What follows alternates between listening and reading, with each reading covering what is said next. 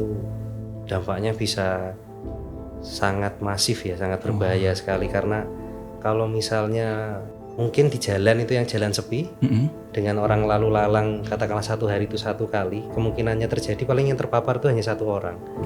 Tapi ketika itu masuk di lereng pertambangan yang ketika orang bekerja itu dalam satu area itu bisa sampai 10-20 orang, ketika terjadi longsoran 10-20 orang itulah yang terkena dampaknya.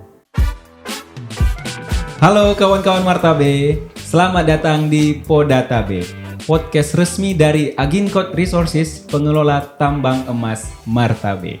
Di sini, kami menghadirkan informasi yang aktual, relevan dan inspiratif seputar dunia pertambangan, keselamatan kerja, dan keberlanjutan. Pastikan untuk mengikuti episode terbaru kami setiap bulannya di platform YouTube resmi Agincode Resources. Bersama saya Gio Armansyah, senang sekali rasanya bisa kembali menyapa kawan-kawan Martabe semua.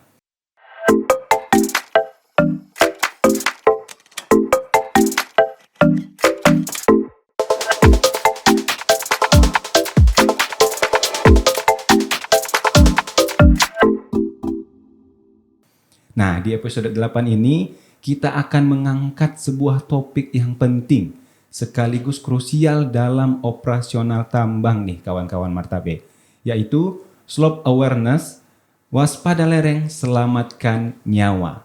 Nah, mengapa tema ini begitu penting nih kawan-kawan Martabe? Karena dalam dunia pertambangan, keselamatan kerja adalah prioritas utama dan salah satu resiko yang kerap kali tersembunyi namun berdampak besar adalah ketidakstabilan lereng nih kawan-kawan Martabe. Nah, beberapa poin nanti yang tentunya akan kita bahas, salah satunya yaitu apa sebenarnya yang dimaksud dengan slope awareness. Mengapa kewaspadaan terhadap kondisi lereng ini sangat penting dan bagaimana kita dapat mengenali dan mengantisipasi potensi resikonya. Nah, untuk menjawab semua pertanyaan itu kita sudah menghadirkan nih narasumber yang sangat kompeten dan berpengalaman di bidang geoteknikal. Mari kita sambut Bapak Gosik Aditoro, Senior Engineer Geotechnical di Agincode Resources, yang telah berkecimpung tentunya dalam dunia geoteknik sudah cukup lama. Halo, selamat datang di Podatabe Pak Gosik. Bagaimana kabarnya hari ini Pak? Halo, kabar baik. Terima kasih sudah mengundang saya di episode ini. Senang bisa berbagi wawasan bersama kawan-kawan Martabe. Siap, terima kasih kembali Pak Gosik. Nah, Pak Gosik, sebelum kita masuk lebih dalam lagi ya Pak Gosik membahas lereng, nah saya ingin tahu dulu nih, Pak Gosik sudah berapa lama nih berkecimpung di bidang geoteknik Pak? Jadi sebenarnya ini perusahaan pertama saya untuk bekerja. Oke Pak. Jadi saya sudah bekerja di PT AR itu sekitar 13 tahun. Oke. Memang awalnya saya itu bukan langsung ke geotek. Jadi dulu awalnya itu di main geologi. Terus karena ada terlihat lebih menarik di geoteknik, saya pindah setelah 9 bulan. Terus jadi sekitar sudah 12-13 tahun lah di geoteknik ini. Tadi 12-13 tahun ya Pak Gosik, sudah cukup lama sih sebenarnya Pak Gosiknya. Nah, kemudian apa spesialisasi Bapak? Dan mungkin bisa diceritakan juga nih Pak Gosik, pengalaman berkesan selama menangani isu-isu geoteknik di area pertambangan Pak Gosik. Jadi kalau kita flashback ke belakang, dari pengalaman 12-13 tahun itu spesialisasinya cenderung ke risk managementnya. Risk management. Jadi untuk geotech hazard itu kan kalau kita tahu di PT AR itu salah satu critical risk. Oke. Yang kalau misalnya terjadi kecelakaan itu akibatnya bisa parah. Makanya kita itu diajarkan oleh senior kita untuk gimana caranya itu bukan hanya dalam segi analisanya tapi cenderung gimana cara mengelola bahaya ini. Supaya produksi tetap aman, terus karyawan tetap aman, tidak ada isu lingkungan. Jadi seperti itu. Jadi spesialisasi saya cenderung di geotech hazard risk managementnya. Hazardnya ya Pak. Untuk pengalaman paling berkesan nih. Paling berkesan itu sebenarnya adalah ketika mengelola bahaya ini gimana caranya kita memanage orangnya. Memanage orangnya. Iya, karena kalau alam itu cenderung nurut ya kalau diatur. Oke Pak. Iya, tapi kalau orang ini ya manusianya yang kita harus ya banyak interaksi di situ, kita ngedukasi, terus bagaimana rekomendasi kita didengarkan, seperti itu. Berarti interaksi dengan manusianya. Interaksi ya, dengan Pak? manusianya cenderung yang lebih menarik di situ. Baik. Pengalaman Pak Gusik di bidang geoteknik memang sangat luas dan mendalam ya kawan-kawan Martabe. Ketika kita membahas isu-isu geoteknik di industri pertambangan, ada satu elemen krusial nih yang hampir selalu menjadi sorotan utama, yaitu lereng ya Pak Gusik. Nah, untuk membuka diskusi kita hari ini, boleh kita mulai dari hal yang paling mendasar dulu ya Pak. Nah, Pak Gusik, bisa Bapak bantu jelaskan Pak, apa sih sebenarnya yang dimaksud dengan lereng, dan tentunya dalam konteks pertambangan, dan mengapa elemen ini begitu penting Pak? Oke, kalau saya jelaskan dengan secara simpel, lereng itu sebenarnya adalah bentuk miring yang terbentuk dari massa tanah. Karena lereng itu bisa terbentuknya karena natural, jadi dengan hujan, terus erosi, pelapukan. Makanya kalau misalnya kita lihat di gunung itu ada kemiringan di situ. Oke, tapi kalau misalnya secara artifisial pembuatannya itu seperti yang ditambang. Karena dia ada proses pemotongan, penggalian, peledakan, itu yang menjadi posisinya itu jadi miring juga. Karena kondisi topografi itu, kalau bentang lahan itu kalau misalnya sudah itu harusnya datar. Harusnya datar ya Pak? Datar, iya. Tapi karena ada proses eksternal yang membuat itu tererosi atau tergerus, jadinya itu miring jadinya. miring ya, Pak. Dan yang membuat itu menjadi bahaya karena ketika bumi itu sendiri digravitasi dan selalu pergerakannya dari atas ke bawah. Dan itu menimbulkan energi kinetik di situ yang menyebabkan kita ketemu manusia itu menjadi bahaya kalau tidak dikontrol. Seperti itu sih. Ada campur tangan manusia lah tadi. Iya, pastinya. Baik nih, kalau kita perhatikan nih Pak Gusik, tebing buatan di area tambang nih, muncul pertanyaan menarik sebenarnya Pak Gusik. Apakah bentuknya dan karakteristiknya itu bisa disamakan dengan lereng alami seperti yang kita temui di pegunungan ataupun perbukitan ya Pak? Atau sebenarnya ada perbedaan mendasar nih Pak, baik secara geoteknik maupun dari fungsi ekologisnya Pak? Sebenarnya secara umum itu sama, karena kita kan menghadapinya adalah masa batuan, masa tanah, seperti itu. Cuma yang membedakan tadi adalah pembentukannya satu secara natural, satu itu secara tidak natural, dengan ada campur tangan manusia lebih banyak di situ. Dan kalau yang secara natural itu terbentuknya itu cenderung pelan dan mengikuti kondisi dari batuan itu tersendiri. Jadinya untuk terjadi perubahan itu dalam jangka waktu yang lama. Sedangkan kalau lereng tambang, karena ada campur tangan manusia, kemiringannya pasti akan lebih curam dan meningkatkan risiko untuk terjadinya bahaya kegagalan lereng di situ. Oke Pak. Ada pertanyaan menarik lagi nih Pak yang timbul. Kenapa kalau tebing buatan manusia itu lebih miring ya Pak ya daripada yang alam gitu Pak? Ya, itu kita kembali lagi ke perusahaan kita seperti apa ya, karena untuk mendapatkan lereng yang datar otomatis itu membutuhkan biaya yang lebih banyak. Makanya kita mencari yang optimumnya seperti apa. Jadi tetap safe, secara environmental itu tidak ada isu, secara produksi kita masih ada marginnya seperti itu. Tapi yang tetap yang paling penting adalah keselamatan sih. Safety ya Pak. Safety is number one. Benar-benar. Terlepas dari apapun itu ya Pak ya. Apapun itu iya. Nah, selanjutnya Pak, apakah setiap tambang itu, baik ini tambang terbuka ataupun tambang bawah tanah atau underground ya Pak ya, itu selalu memiliki lereng Pak?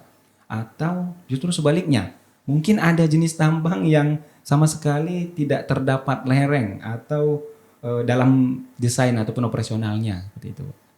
Kalau kita bicara perusahaan tambang, itu sebagian besar itu pasti memiliki lereng. Pasti ada lereng. Iya, karena kita mengambil material yang ada di dalam bumi yang sebelumnya kondisinya natural, terus kita ekstrak untuk diambil hasil buminya, pasti kan ada yang terpotong di situ, pasti akan membentuk lereng. Walaupun itu tambangnya pasir, kayak di sungai itu pasti dia memotong lebih tegak untuk mengambil itu.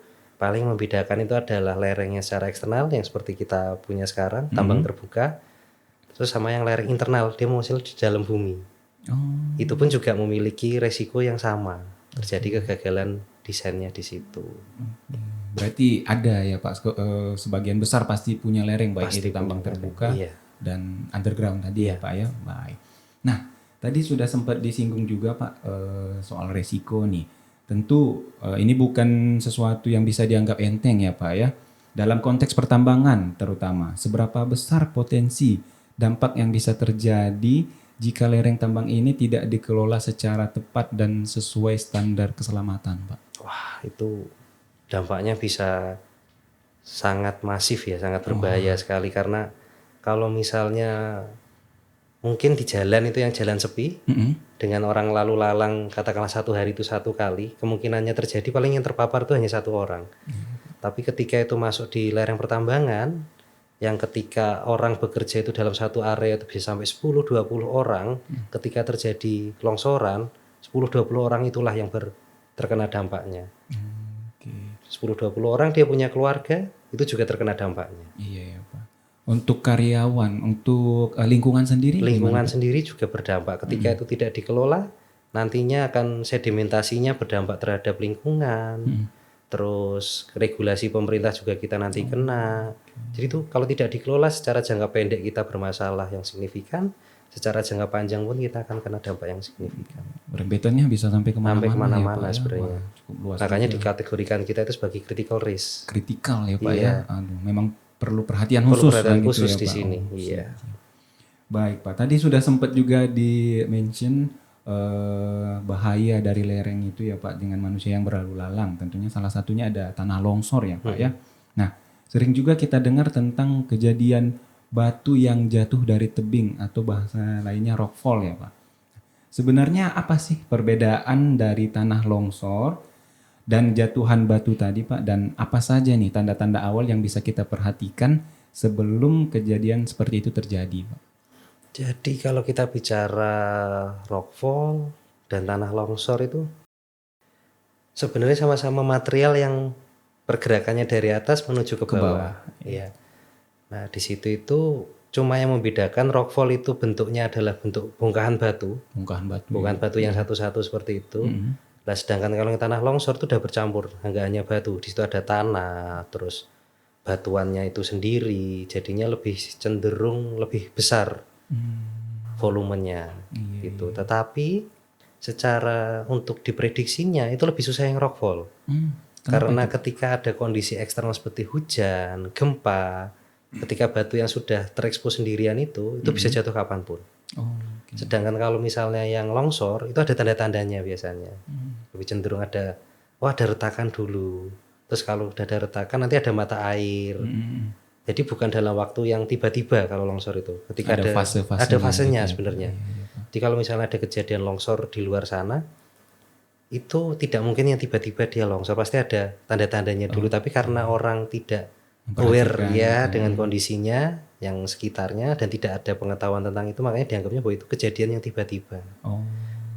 Cuman tadi untuk batuan ataupun rockfall tadi, Pak, memang harus diperhatikan ya, Pak. Iya, jadi kalau misalnya ada tebing terus ada batu menggantung, itulah potensi rockfall di situ. Itu yang harus kita minimalisir ya, Pak, ya. Kalau masih jalan-jalan ke arah Padang itu Iya. ada tebing menggantung atau ke arah Batang apa? Sibolga. Sibolga ya, Nah, itu Pak. banyak batu menggantung, nah itulah rockfall bisa kemungkinannya. Pinggir jalannya tuh, Pak, Iya, ya. makanya ketika hujan Iya. dihindarilah jalan menuju area-area seperti itu. Iya. Mending tunggu dulu ya, Pak, Tunggu ya. dulu sebaiknya. Iya.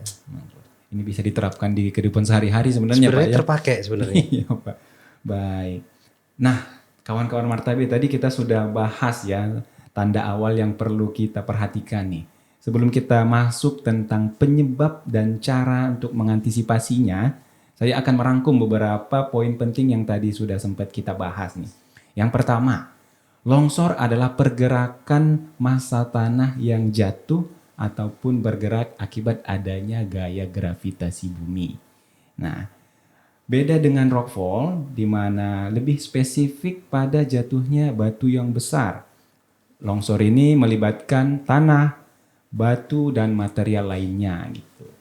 Yang kedua, penting untuk diingat bahwa longsor dapat membawa resiko yang sangat besar nih kawan-kawan Martabe, baik bagi keselamatan manusia maupun lingkungan sekitar. Nah, oleh karena itu untuk mengetahui tanda-tanda awal dan memahaminya dengan baik, sangat penting untuk langkah pencegahan yang efektif nih kawan-kawan Martabe. Nah, setelah ini kita akan bahas lebih dalam lagi nih kawan-kawan Martabe tentang apa saja penyebab lereng tambang menjadi tidak stabil dan langkah-langkah apa yang bisa diambil untuk pencegahannya.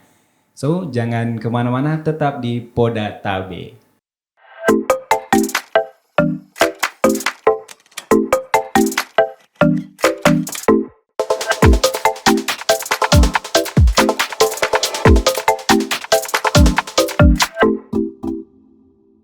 Baik nih kawan-kawan Martabe. Ya, Pak tadi sudah membahas tentang lereng dan bahayanya ya Pak ya. Nah, sekarang saya ingin menggali lebih dalam lagi nih Pak Gunsik. Apa sebenarnya penyebab utama yang membuat lereng di area tambang bisa menjadi tidak stabil Pak Gunsik? Oke, saya coba jelaskan sesimpel mungkin ya. Jadi Iya Pak. sebenarnya semua kejadian itu pasti ada faktor internal sama satu lagi faktor eksternal. Oke, Pak. Apa yang disebut faktor internal kalau misalnya di kegagalan lereng itu, longsoran itu adalah ya batuannya itu sendiri. Jadi kan lereng itu terbentuk dari massa batuan, terus kayak misalnya batu lempung, batu pasir, terus ada tanah. Di dalamnya itu memiliki kekuatannya, kuat tarik, kuat tekan, terus kemampuan dia menerima bebannya sendiri. Jadi kan kalau misalnya karena gravitasi, dia pun menerima gaya tekanan, itu faktor internal di situ. Terus kondisi airnya itu juga faktor internal dari suatu area. Terus yang kedua faktor eksternal itu apa? Ya seperti kita bicarakan tadi. Jadi ketika hujan, erosi, pelapukan itu akan membuat kondisinya itu berubah. Dari yang sebelumnya kemiringannya katakanlah 20 derajat. Tapi karena adanya erosi dan sebagainya jadi lebih curam. Seperti itu karena gerusan air sungai jadinya dia itu menjadi lebih tegak posisinya. Lah kalau ditambang itu yang membuat faktor eksternal itu adalah proses penggalian itu sendiri. Dari untuk mendapatkan hasil tambang yang kita butuhkan, itu kita memotong lerengnya itu yang dari sebelumnya itu kondisi yang natural, kita tegakkan kondisinya Oh gitu Pak. dengan kondisi loading, blasting, terus kegiatan pembuatan parit atau sebagainya itu yang membuat menjadi terganggu lerengnya. Itu menjadi faktor eksternal terjadinya kegagalan lereng. Oke, berarti cukup banyak yang mempengaruhi ya Pak ya. Banyak Nah, sebetulnya. tadi juga sempat disebutkan adanya volume air ya Pak ya. Ya. Ini juga selaras dengan jika hujan deras turun nih di area tambang yang sudah retak ataupun memiliki struktur tanah yang lemah nih. Apakah kira-kira hal ini bisa memperburuk situasi atau keadaan Pak Gusik? Bisa. Jadi karena sumber air kan bukan hanya dari dalam bumi. Iya. Karena air permukaan itu juga akan menambah volume air yang ada di dalam lereng itu sendiri. Makanya itu menjadi menambahkan beban dari si lereng. Makanya itu akan meningkatkan potensi terjadinya kegagalan lereng ketika hujan. Seperti itu. Baik, jadi penting bagi kita untuk mengenali tanda-tandanya ketidakstabilan lereng ini ya Pak Gusi ya sejak dini. Nah, apa saja nih tanda-tanda yang bisa menjadi alarm atau pertanda bagi kita Pak Gusi untuk mencegah terjadinya hal yang tidak diinginkan gitu, Pak Gusi? Jadi ketika kita untuk mengetahuinya, apalagi orang yang sedang bekerja di area dekat lereng ya, itu pertama kali dilihat itu apakah ada retakan baru di sekitar area lereng tersebut. Jadi sebelum mulai bekerja atau ketika dia mengunjungi suatu area itu dilihat, ini ada retakan nggak di lereng yang curam ini. Terus habis itu ada mata air nggak yang ditemui di sekitar lereng itu. Terus kondisi mata airnya gimana? Mata airnya masih jernih kah atau keruh? Kalau keruh itu tandanya ada erosi di dalam lerengnya. Terus ada rontokan material kecil-kecil nggak di lerengnya itu? Jadi mungkin tandanya itu nggak tanda yang tiba-tiba ya. Jadi sangat halus sekali. Jadi kalau misalnya ada rontokan kecil-kecil walaupun jeda waktunya setiap 1 jam atau itu tandanya lereng itu bergerak. Iya, iya. Makanya dibiasakan kalau misalnya berkunjung ke suatu tempat yang ada lerengnya tinggi, dilihat dulu kondisinya. Apakah ada retakan tidak, ada pergerakan yang sangat halus itu apa tidak. Nah, kalau ada sebaiknya dihindari, menjauh dulu. Iya. Oke Pak. Nah, lalu jika kita atau seorang karyawan ini Pak melihat tanda-tanda yang Pak Gusik tadi sebutkan di lapangan, apa yang sebaiknya dilakukan Pak Gusik? Oke, kalau prosedur yang kita miliki di area kerja kita, kita ada sosialisasikan itu untuk yang slow hazard awareness, untuk meningkatkan awarenessnya pekerja di area tambang Martabe ini. Jadi yang diberikan berikan, sosialisasikan itu adalah ketika menemukan tanda-tanda seperti ini, evakuasi dulu. Evakuasi. Iya, keluar dari area yang berpotensi terdampak dari longsoran, habis itu laporkan kepada supervisor. Terus biar supervisor nanti menginfokan pada kami. Baru nanti kita melakukan pengecekan. Terus karena untuk dilakukan pengecekan itu siapa tahu area yang sudah dianggap aman itu ternyata juga terdampak. Jadi bukan hanya untuk memastikan pergerakannya, tapi juga area isolasinya itu sudah cukup atau belum. Baru nanti adalah proses selanjutnya. Itu seperti itu. Oleh tim geoteknik. Iya, ya, tim Pak. geoteknik. Jadi tidak hanya di tempat saja, ke tempat yang lebih amannya juga itu diobservasi juga ya Pak ya. Baik. Nah, setelah dilaporkan nih, setelah tim geoteknik menerima laporan tentang bahaya tersebut, apa saja nih Pak langkah-langkah yang biasanya diambil oleh tim geoteknik Pak? Kita setelah mendapatkan laporan seperti yang tadi lanjutannya itu, kita pastikan area yang diisolasi itu cukup mengakomodir keselamatan pekerja. Setelah itu kita melakukan pengecekan seberapa besar sih kemungkinan dampak risikonya ini dari si longsoran yang kemungkinan akan terjadi itu. Terus setelah itu kita membuat rekomendasi. Ini operasi di area tersebut bisa dilanjutkan atau tidak, atau perlu ada kegiatan prosedur tambahan, analisa tambahan, rekomendasi tambahan seperti itu. Baik, itu pokoknya kita jamin dulu ya Pak Iya, ya pekerjaan safety-nya tersebut dulu, iya. lebih aman. Pak. Selalu safety-nya dulu yang dipertimbangkan.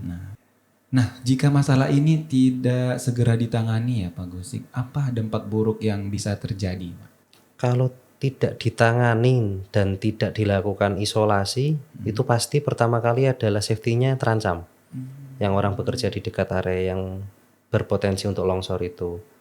Terus secara lingkungan itu pun nanti akan ada dampaknya yang mengganggu seperti air asam, terus nanti ada sedimentasi yang masuk ke warga. Terus secara produksi otomatis ada delay di situ, ada keterlambatan untuk yang harus dihasilkan pada tahun itu, bulan itu, minggu itu, dan itu dampaknya balik lagi nanti ke masyarakat ketika perusahaannya tidak bisa beroperasi dengan normal. Itu mempengaruhi ekonomi yang di luar. Rentetannya panjang sebenarnya kalau misalnya tidak diatasi. Benar. Nah, sebagai seorang engineer nih yang aktif bertanggung jawab terhadap stabilitas lereng Pak Gusik, apa saja strategi pencegahan yang paling efektif sejauh ini Pak Gusik? Jadi strategi yang kita terapkan di PT AIR itu untuk memanage bahaya geotek ini, kita pakai dua cara. Satu adalah cara prediksi, terus satu cara dengan respon. Prediksi dan respon. Apa itu yang di dalam prediksi kita melakukan? Jadi ketika ada desain masuk ke kita analisa dulu. Terus kita ambil datanya dari kondisi batuan di area tersebut seperti apa, terus data air tanahnya seperti apa, kemungkinan terjadi gempanya seperti apa. Terus kita lihat dulu ketika desain ini terjadi, itu nanti dampak bahayanya seperti apa. Nah, nanti kita lakukan analisa di situ. Analisa, ketahuanlah profil risikonya seperti apa. Terus nanti kita tentukan kontrolnya seperti apa. Apakah desainnya dirubah atau ditambahkan pengaman lainnya. Baru nanti kita aplikasikan secara lapangan. Nah, ketika lakukan aplikasi di lapangan, kita itu harus melakukan pengecekan berkala. Setiap hari itu kita pastikan apakah kondisinya ada yang berubah dari asumsi awal atau tidak. Terus itu dilakukan secara visual dan juga menggunakan alat. Karena visual pasti ada keterbatasannya ya. Kita baru melihat adanya perubahan ketika kondisinya itu sudah benar-benar berubah. Nah, sedangkan alat itu dengan pergeseran 1 mili saja kita tahu ada pergeseran. Itu yang kita lakukan karena ketika ada perubahan asumsi awal dari pengecekan rutin harian itu, kita akan balikkan lagi ke prediktif lagi. Kita lakukan analisa ulang lagi terhadap performance desainnya itu. Nah, itulah proses iterasi yang kita lakukan setiap harinya.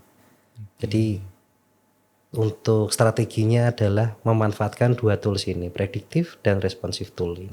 Prediktif dan responsif ya Pak ya. Berarti sebelum dan sesudah. Sudah itu dan harus dilakukan terus-menerus. Iya. Baik ya. Tadi juga sempat membahas tentang desain lereng yang aman ya Pak Gusik. Ini boleh dijelaskan lebih mendalam lagi Pak? Jadi yang disebut desain lereng yang aman itu adalah desain yang bisa diaplikasikan secara operasional, tetapi hierarki penentuannya itu adalah safety dulu. Jadi ketika ada kegagalan desain itu secara safety itu tidak signifikan. Jadi ya hanya longsor tapi tidak menimbulkan dampak yang signifikan, tidak ada korban jiwa, tidak ada korban alat, produksi masih bisa berlanjut, terus dampak ke lingkungannya juga tidak ada yang membuat jangka panjang itu menjadi masalah. Itu yang disebut dengan desain aman. Seperti itu. Oke. Jadi memastikan ya Pak ya, Iya, kita semuanya pastikan. aman gitu. Baik. Nah, selain hujan Pak Gusik, bagaimana dengan air yang meresap ke dalam tanah akibat hujan tadi Pak Gusik? Apakah itu juga bisa mempengaruhi ketidakstabilan lereng Pak? Oh iya, seperti yang kita bicarakan sebelumnya bahwa air itu adalah salah satu faktor yang menyebabkan kegagalan lereng ini atau longsoran ini terjadi, karena ketika ada air otomatis berat dari si lereng ini meningkat.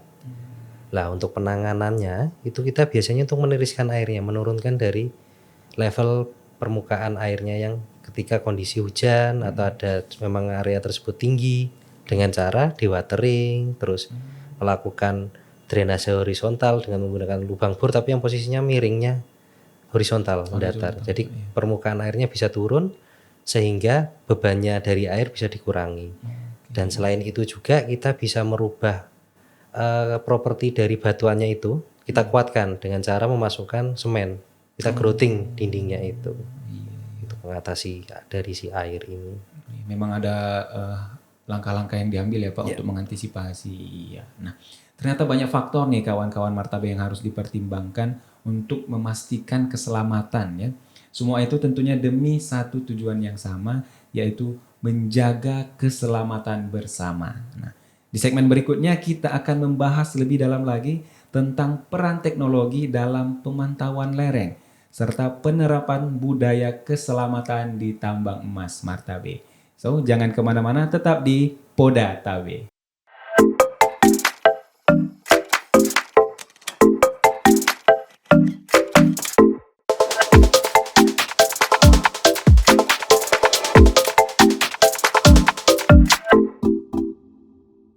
Pak Gusik, tadi kita sudah membahas penyebab ketidakstabilan lereng ya Pak dan solusi teknis untuk mengendalikannya. Nah, tapi apa sih sebenarnya Pak kunci utama untuk mendeteksi resiko lereng sejak dini? Apa langkah preventif yang harus diutamakan nih Pak? Oke, itu masuknya itu adalah pada tahapan apa tadi kita bilang reaktif atau ketika sudah desain diaplikasikan, kita melakukan pengecekan berkala itu baik secara visual maupun secara instrumen. Lah sebenarnya untuk membantu manusia kita itu butuh teknologi, karena untuk mengetahui perubahan yang hubungannya sama ketidakstabilan lereng itu kita butuh yang pergerakan 1 mili pun itu harus bisa kita ketahui. Makanya kita butuh beberapa alat seperti prisma, terus ada radar. Jadi radar itu kita menembakkan suatu gelombang radio, dipantulkan kembali ke alatnya, kita nanti bisa tahu pergeserannya seperti apa. Terus habis itu ada sensor getaran, jadi ketika habis dilakukan blasting, kita tahu getaran yang ditimbulkan dari aktivitas blasting itu seperti apa. Dan responnya terhadap si lereng ini. Nah pergerakan tuh bisa cuma sekitar 3 mili. Tapi kalau misalnya dalam pergerakan lereng 3 mili itu besar sekali. Impactnya. Iya. Makanya perlu alat yang canggih, yang presisi. Terus kadang juga kita menggunakan teknologi drone untuk mengambil foto 3 dimensinya ataupun melakukan pengecekan, karena ada beberapa area itu yang tidak mungkin untuk diakses lagi oleh manusia. Kita paksakan itu akan menjadi bahaya. Baik, teknologinya cukup canggih sekali ya Pak yang kita terapkan di tambang emas Martabe ini. Nah, kemudian untuk alat ini sendiri Pak, apakah bisa menjamin tidak ada kegagalan pada lereng itu sendiri Pak? Ya, memang teknologi yang kita punya itu memang kalau dibandingkan dengan tambang lainnya itu memang termasuk yang canggih. Termasuk yang update lah kalau kita bisa bilang itu. Terus alat itu kalau canggih tapi tidak digunakan dengan benar, itu pun menjadi masalah. Karena butuh orang yang untuk melakukan manajemen di alat itu sendiri. Jadi ketika dapat data yang akurat itu harus tahu diolahnya seperti apa. Terus ketika terjadi perubahan desain dari monitoring alat itu, kita tahu harus seperti apa. Jadi respon kita sebenarnya yang dibutuhkan. Ketika alat menghasilkan suatu data, kita tahu menggunakannya seperti apa, itu yang paling penting sebenarnya, supaya seperti yang Masnya tanyakan tadi, ketika udah ada alat apakah tetap ada kegagalan, ya kalau tidak dikelola dengan baik, ya alat itu hanya sekedar alat, diem saja dianya. Makanya dibutuhkan pengelolaan yang baik di situ. SDM-nya juga ya Pak ya. SDM-nya juga harus punya skill, awareness-nya juga tahu. Baik Pak Gusik, hal itu juga mengingatkan saya ya Pak pada insiden tanah longsor besar yang terjadi di Bingham Canyon Mine di Utah pada sekitar 2013 kemarin Pak. Di mana sekitar 65 juta meter kubik material longsor itu dengan kecepatan 160 km per jam terjadi, namun tidak ada korban jiwa nih Pak Gusik. Nah, Pak Gusik, kira-kira apa pelajaran penting yang bisa kita ambil terkait dengan fenomena itu Pak Gusik? Kalau kita baca artikelnya itu ya, itu kan longsorannya sangat besar, terus berlangsungnya dengan kecepatan yang sangat tinggi, tetapi tidak ada korban jiwa. Tandanya tadi iterasinya dari predictive tool sama responsive toolnya mereka itu berhasil di situ.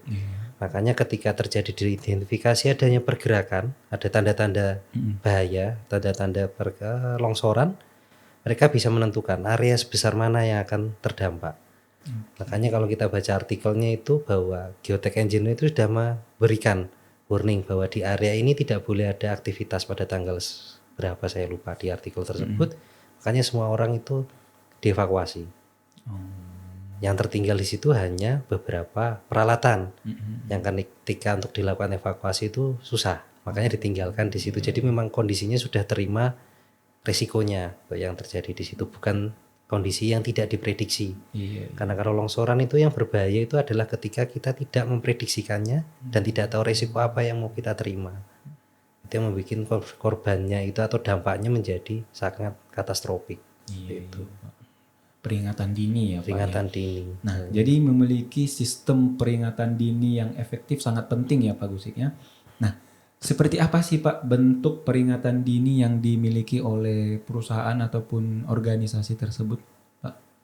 Jadi kalau detailnya mungkin saya belum bisa menjelaskan, tapi kalau di kita sendiri itu ketika ketika ada pekerja yang menemukan tanda-tanda di lapangan yang kita tidak capture karena jumlah orang geotek itu terbatas, nah dia akan melaporkan ke kita. Itu salah satu peringatan dini juga ke kita. Terus nanti kita kalau misalnya dari instrumen ketika ada triggernya, ada batasan tertentu yang dicapai oleh data yang dihasilkan oleh alat itu, kita akan menginformasikan ke lapangan bahwa ini area ini berbahaya, harus segera dilakukan evakuasi. Tapi tanda bahayanya itu atau level pergerakannya itu bukan yang kondisi akan longsor, tapi cuma ada indikasi akan bergerak, itu udah kita evakuasi. Jadi kita ada buffer lah sebelum terjadinya longsor. Itu menjadi peringatan dini yang kita punya. Ada juga yang sistemnya itu kita pakai alarm. Jadi ketika sudah mencapai total pergerakan sekian, adakan sirine sama flashlight di situ. Jadi supervisor lapangan ataupun operator itu langsung tahu kalau misalnya area yang berisiko untuk longsor itu sedang melakukan ada pergerakan. Makanya dia akan keluar dulu, baru kita pastikan ulang. Jadi peringatan dini itu bisa dari alat itu, atau dari pekerja yang di lapangan, atau dari geotech engineer-nya sendiri. Jadi kita punya saling kontrol lah di situ. Pemantauan bersama ya Pak ya. Iya, jadinya Biar sedini mungkin. sedini mungkin untuk mendapatkan informasi perubahan kondisi. Nah, sekarang kita bicara tambang emas Martabeh nih Pak Gusik. Nah, bagaimana kondisi geologi lokal di sini bisa mempengaruhi desain dan stabilitas lereng di sini Pak Gusik? Jadi kalau kita bicara kondisi geologi di Martabeh, itu sangat kompleks karena kita tahu bukit barisan ya. Ini terbentuk tuh karena proses tabrakan lempeng, terus dia terangkat, terus makanya tuh banyak batuannya sangat kompleks bermacam-macam. Ada yang kuat, ada yang lemah. Seperti batuan lempung bisa berada di tengah-tengah batuan yang kuat, itu posisinya kalau secara geotek itu merugikan. Makanya butuh analisa yang mendalam, terus kita butuh mendapatkan data kondisi bawah tanahnya seperti apa yang detail, dan dilakukan analisa yang komprehensif. Habis itu kita juga butuh untuk melakukan monitoring yang secara berkala, rutin, dan responnya sesuai. Tuh, supaya dampaknya itu tidak signifikan terhadap safety, enviro, dan produksi. Nah itu tantangan tersendiri untuk di tambang emas Martabeh ya Pak Gusik. Nah Boleh dijelaskan juga Pak bagaimana pemantauannya dan gitu, mungkin alat apa yang digunakan Pak Gusik? Jadi kalau misalnya secara visual kita saat ini ada 2 tim. Jadi kita bagi areanya untuk area yang pit dan area project development. Karena di project development pun juga itu ada proses penggalian, terus perubahan bentuk lereng itu juga ada. Kita lakukan inspeksi setiap hari. Kalau areanya resikonya tinggi, kita lakukan inspeksinya itu 1 sampai 3 kali sehari. Kalau misalnya posisinya ekstrim, kita harus tungguin di situ. Oke, terus kalau misalnya instrumen, kita ada radar di situ. Terus itu real time monitoring. Jadi pada saat dia menembak, datanya langsung terkirim ke kantor. Saat itu juga Iya, jadi tidak perlu kita datang ke lapangan harus ngambil datanya, enggak. Karena teknologi saat ini tuh memudahkan kita untuk waktu pengambilan data, jadi lebih cepat. Seperti itu. Terus juga kita punya CCTV. Jadi selain kita datangi langsung, kita juga ada pemantauan dari kantor untuk melihat. Kenapa tetap ada di lapangan? Karena feel-nya berbeda. Ketika kita melihat secara langsung sama menggunakan layar itu berbeda. Makanya perlu dilakukan pengecekan rutin di lapangan. tetap observasi juga ya Pak ya. Nah, selanjutnya nih Pak, bagaimana dengan karyawan yang tidak bekerja langsung nih Pak di lereng? Apakah mereka bisa mendapatkan sosialisasi juga Pak? Harus dapat. Harus Kalau dari kita harus. Karena semakin banyak orang yang paham, semakin besar kemungkinan kita dapat informasi tentang perubahan kondisi. Karena kadang-kadang ketika orang yang tidak bekerja di lereng, tapi dia lagi perjalanan nih, pulang, pergi, ngelewatin jalan akses infrastruktur itu, dia pasti ketika sudah paham, dia akan melakukan pengecekan tanpa dia sadari. Lah dia akan melaporkan kalau misalnya ada yang rasa dia aneh. Seperti itu. Jadi semakin banyak orang yang cek, semakin bagus pemantauannya ya Pak ya. Tinggal kita yang verifikasinya seperti apa. Iya. Baik. Nah, untuk audit sendiri Pak Gusik, seberapa sering audit atau evaluasi nih yang dilakukan untuk memastikan efektivitas sistem pemantauan kita Pak? Jadi kita itu audit itu ada audit secara internal dari yang perusahaan kita sendiri punya. Terus audit eksternal itu juga ada. Terus dari pemerintahan juga SDM yang kita sering melakukan itu juga melakukan pengecekan. Terus juga dari Dinas Lingkungan Hidup itu juga melakukan pengecekan rutinnya setiap tahun. Dan kita juga akan memanggil setiap tahunnya ada konsultan datang dari pihak ketiga untuk mereview. Kita minta direview bahwa sistem yang kita kelola ini masih sesuai nggak dengan kondisi yang sekarang. Karena yang kita ketahui kan tambang ini perusahaan ini selalu berubah ya. Jadinya harus dilakukan pengecekan berkala juga dari secara sistem. Kadang kita kalau yang melakukannya rutin tiap hari itu akan merasanya bahwa ini cukup. Padahal sebenarnya itu enggak, jadi kita berubah terus. Makanya perlu kita ada yang mengingatkan kalau misalnya ini sudah usang harus diupdate. Seperti itu. Iya, jadi banyak pihak yang dilibatkan juga minimal ya Pak? setahun itu 4 kali kalau nggak salah. 4 kali ya Pak ya. Oke, ada jadwal khususnya juga. Ada jadwalnya sendiri. Nah, ini masih berkaitan dengan itu Pak, apakah PT Aginkot Resources juga bekerja sama nih Pak dengan lembaga akademis seperti universitas atau lembaga riset lainnya Pak? Iya, karena balik lagi itu, kita kan timnya terbatas dan kemampuannya ekspertisnya itu kan spesialisasinya masing-masing. Karena kalau misalnya butuh studi yang mendetail, kita biasanya mencari untuk dari universitas atau dari konsultan dari luar negeri itu mana yang mereka kompeten untuk mengerjakan ini. Ini kayak seperti studinya seismik yang getaran gempa di area khususnya di set ini kita menggunakan universitas nasional yang terkenal. Salah satunya itu. Terus kemarin juga ada indikasi ada potensi likuifaksi yang kemarin zamannya Palu. Kita melakukan riset di area kita ada nggak sih untuk likuifaksi lah. Sedangkan ahli-ahli likuifaksi ini kan dari universitas yang banyak sekarang di Indonesia.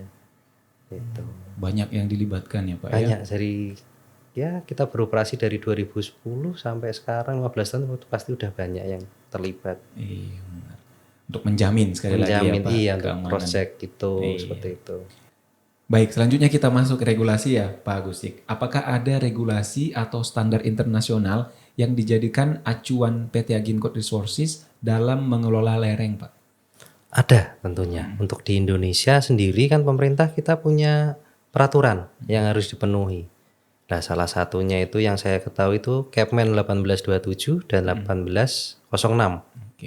Di situ juga disebutkan bagaimana caranya kita itu mengelola bahaya geotek, geotek hazard, longsoran, dan juga bagaimana kita memantau suatu lereng itu. Ada standarnya. Kita harus memiliki alat seperti apa, terus action plan-nya seperti apa ketika terjadi perubahan kondisi, dan periodiknya seperti apa. Nah, selain itu pun juga kita itu mengadop beberapa sistem internasional seperti contohnya Australian Standard. Kita coba untuk rubah, kita adopt, kita sesuaikan dengan kondisi yang kita punya. Lah, salah satu yang kita aplikasikan tuh kita merubah golden rule untuk saat ini. Golden rule nomor 8 itu kan saat ini kan. Terus dilarang, yang kata-katanya itu dilarang berada dalam jarak 10 meter atau kurang dari dinding tambang tanpa izin. Nah, yang dimaksud izin ini tuh adalah itu tadi, apakah sudah dilakukan asesmen oleh geotek, secara JSA itu sudah ada atau belum, SOP itu sudah ada atau belum, itu yang dimaksud izin di sini. Oke, berarti mengadopsi dan kita juga menambahkan lagi masuk ke golden rules tadi ya Pak ya. Betul. Baik, Pak Gusik, ini saya mau tanyakan tantangan terbesar dalam membangun budaya sadar risiko lereng di lingkungan tambang nih Pak. Jadi tantangan terbesarnya ketika membangun budaya sadar risiko lereng itu persepsi risiko yang rendah. Kenapa muncul persepsi risiko yang rendah? Karena orang itu pengetahuan tentang bahaya lereng itu bukan pengetahuan yang umum kalau kita lihat. Karena kita bisa lihat kalau di kehidupan sehari-hari orang membangun rumah dekat lereng yang curam itu juga hal yang biasa kan, atau terjadinya jarang. Di sebelah sungai lagi sebelah ya Pak sungai seperti itu kan. Nah, tapi ketika terjadi longsor baru mereka merasakan dampaknya. Nah, makanya itu yang kita coba bangun itu edukasinya, pengetahuannya seperti apa sih. Terus kita juga encourage-kan lagi bagaimana sih nih secara keuntungan atau kerugian suatu pekerja tambang ketika terpapar oleh bahaya ini. Jadi bukan hanya mata-mata itu karena keuntungan perusahaan, tapi kita kembalikan lagi terhadap pekerja ini pun kalau misalnya mereka tidak paham, tidak mengetahui, itu akan mendapatkan kerugiannya juga. Jadi lebih ke persepsi resikonya yang rendah, kita tambahkan ilmunya, kita jadinya bisa meningkatkan persepsi risikonya mereka. Jadi lebih aware, jadi kita dapat tambahan mata dan telinga di lapangan. Jadi kita mendapat informasi yang lebih cepat seperti itu. Apa ada pelatihan khusus Pak yang kita buat di sini Pak? Saat ini kita membuat program itu namanya Slope Hazard Awareness. Iya, jadi setiap operator alat berat yang baru yang di kontraktor kita itu harus mendapatkan pemaparan itu. Kita dulunya itu menggunakan metodenya menggunakan slide presentasi, tapi sekarang kita rubah menjadi video. Jadinya kita paparkan di situ apa saja sih yang menjadi dampaknya, terus tanda-tandanya seperti apa, prosedurnya pelaporannya seperti apa, terus kalau ada dia harus seperti apa. Kita berikan dalam video yang kita buat itu sekitar 11 menit. 11 menit. Jadinya tidak membuat orang bosan, tapi kita dapat intinya. Habis itu kita berikan soal di situ. Jadinya kita tes challenge untuk bagaimana pemahamannya. Kalau misalnya lulus itu bisa mendapatkan izin untuk bekerja, tapi kalau tidak harus mengulang lagi. Ujian dulu ya Pak ya. Iya, ada ujiannya sekarang. Baik. Seberapa efektif sih Pak pelatihan yang sudah dilakukan tadi Pak? Secara kuantitatif kita belum bisa bilang karena ini proses tuh baru sekitar 2 bulan. 2 bulan ini. Ya, 2 bulan ini.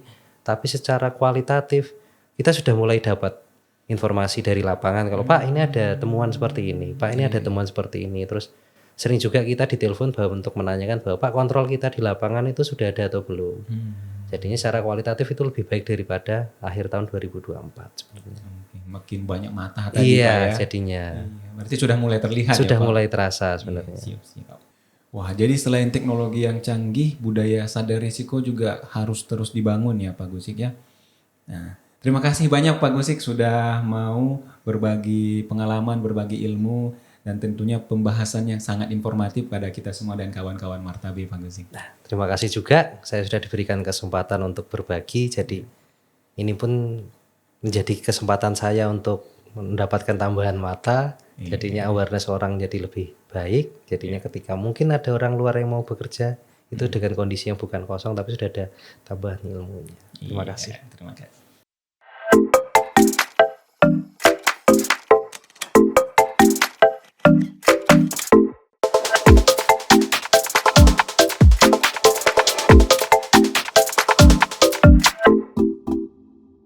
Baik kawan-kawan Martabe, hari ini kita telah membahas resiko lereng, bukan hanya tentang resiko teknisnya saja tentunya, tapi juga soal keselamatan dan kelangsungan operasionalnya.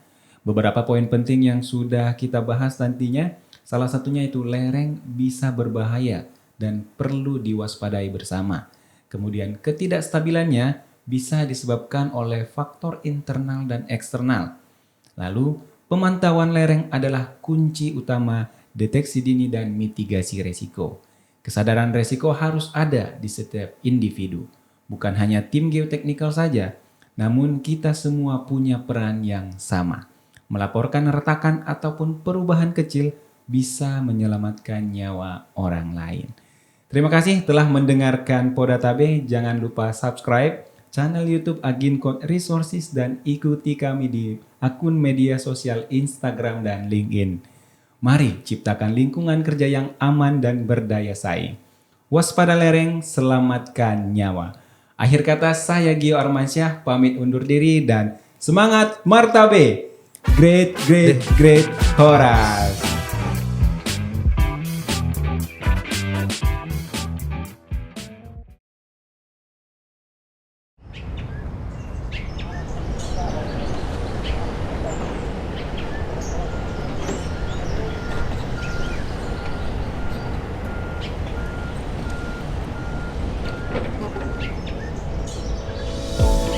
PT Agincode Resources adalah perusahaan pertambangan Indonesia yang berfokus pada eksplorasi, penambangan, serta pengolahan emas dan perak.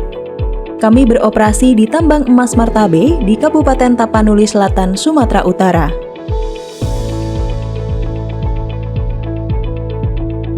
Di Agincode Resources Martabe, kami sangat memahami pentingnya keselamatan, terutama dalam menghadapi resiko bahaya geoteknik di tambang terbuka.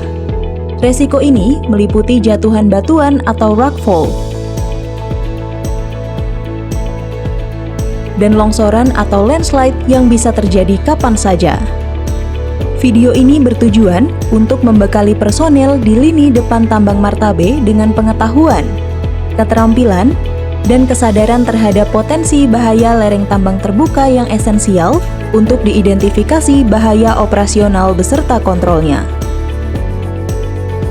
Sistem penambangan terbuka melibatkan penggalian batuan yang telah diledakkan, membentuk lereng-lereng akhir tambang yang dikenal sebagai jenjang atau bench.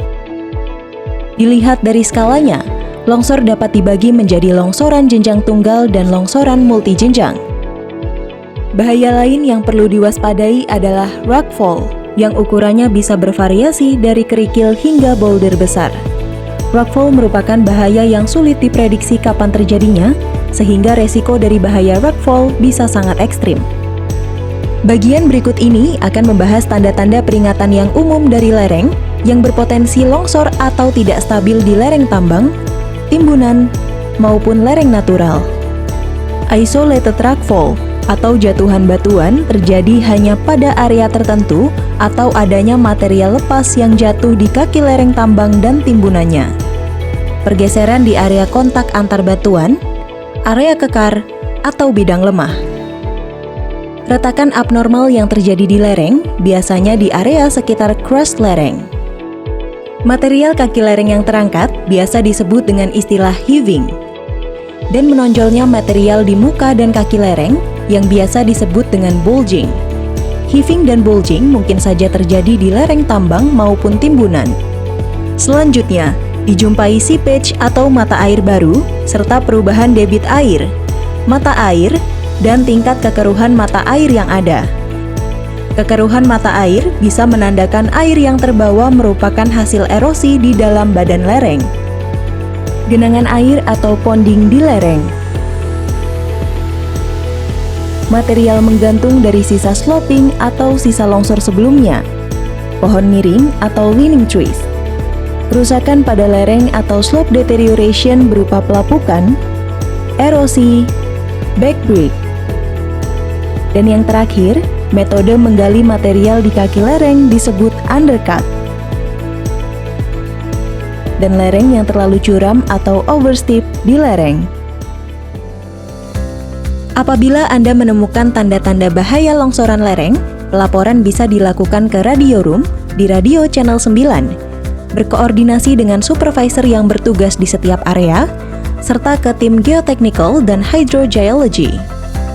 Semua langkah ini bertujuan untuk menciptakan lingkungan kerja yang lebih aman bagi semua karyawan.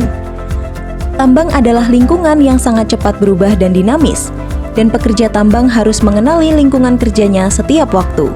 Selalu ingat, batu jatuh selalu ke bawah, maka lihatlah ke atas dan sekitar Anda. Jika Anda melihat tanda-tanda bahaya geoteknik, langsung laporkan ke supervisor Anda. Ikuti semua instruksi yang diberikan oleh supervisor dan segera tinggalkan area yang berpotensi dari bahaya geoteknik.